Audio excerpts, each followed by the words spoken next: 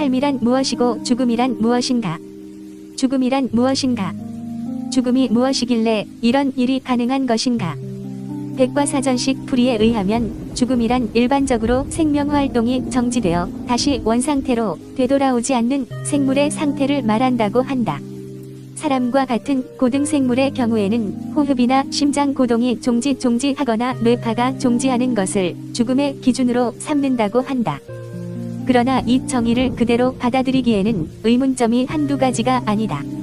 생명활동의 정지를 들고 있지만 고등동물은 차치하고 아메바와 같은 단세포 생물의 경우만 보더라도 그것의 세포 분열을 어떻게 볼 것인지부터가 걸린다. 그 세포가 사라진다는 측면에서는 죽음으로 볼 수 있지만 새로운 세포가 계속 생겨난다는 측면에서 보면 영생으로 볼 수 있기 때문이다.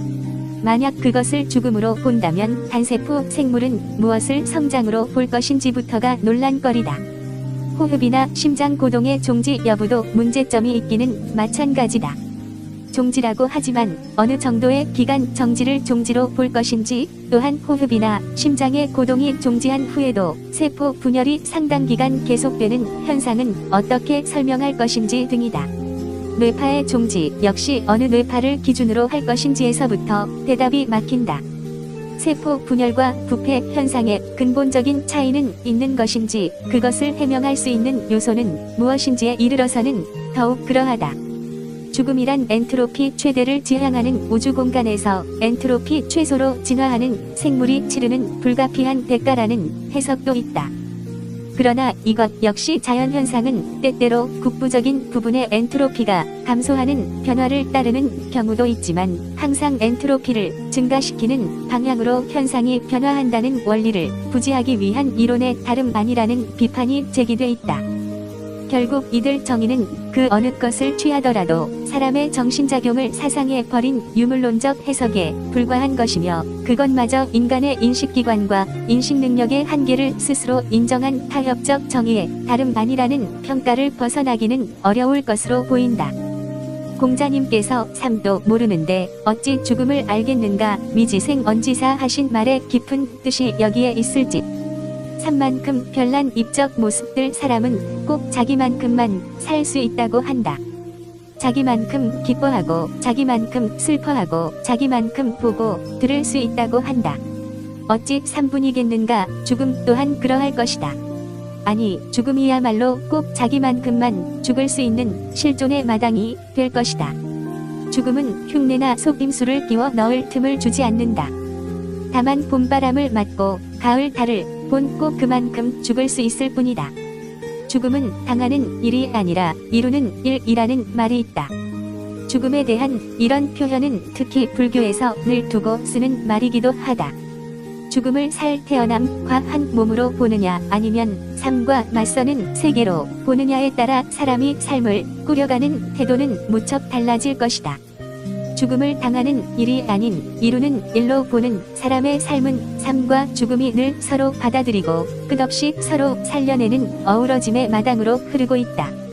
삶이 죽음을 받아들일 때 죽음은 삶의 뜨거운 열기를 식히는 고운 밤을 열어줄 것이며, 죽음이 삶을 받아들일 때 삶은 죽음의 밑 없는 밤을 일깨울 아침빛을 뿌려줄 것이다.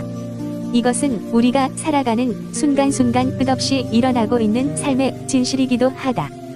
삶은 몸과 의식의 일어남이고 죽음은 몸과 의식의 사라짐이다. 삶과 죽음이란 삶을 이루는 시줄과 날줄이다. 삶과 죽음이 서로를 살려낼 때 거기에는 삶도 없고 죽음도 없다.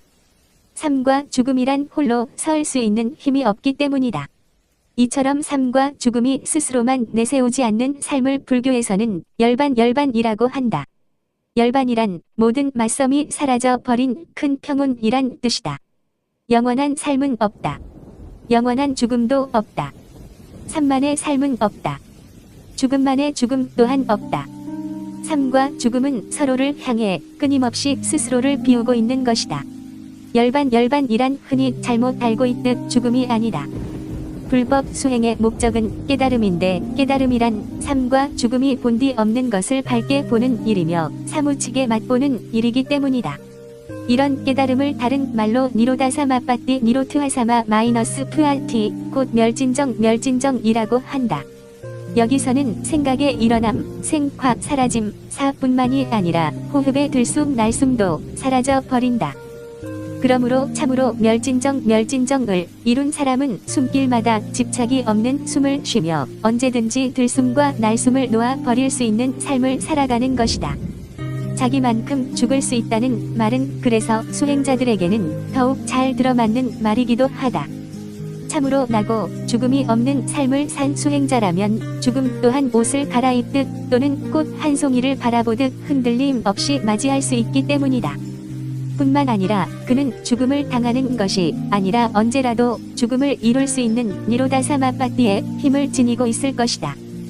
그런 고로 불교 수행자들이 죽음을 맞는 모습이란 참으로 아름답고 놀랍기까지 하다. 그들은 죽은 뒤에 세계를 위해 어떤 기도도 하지 않으며 어떤 신의 이름도 부르지 않는다. 다만 나고 죽음이 없는 삶의 진실만을 있는 그대로 보여줄 뿐이다. 불교의 이 독특하고 아름다운 죽음의 전통은 겨울 밤 하늘의 별처럼 찬란하다.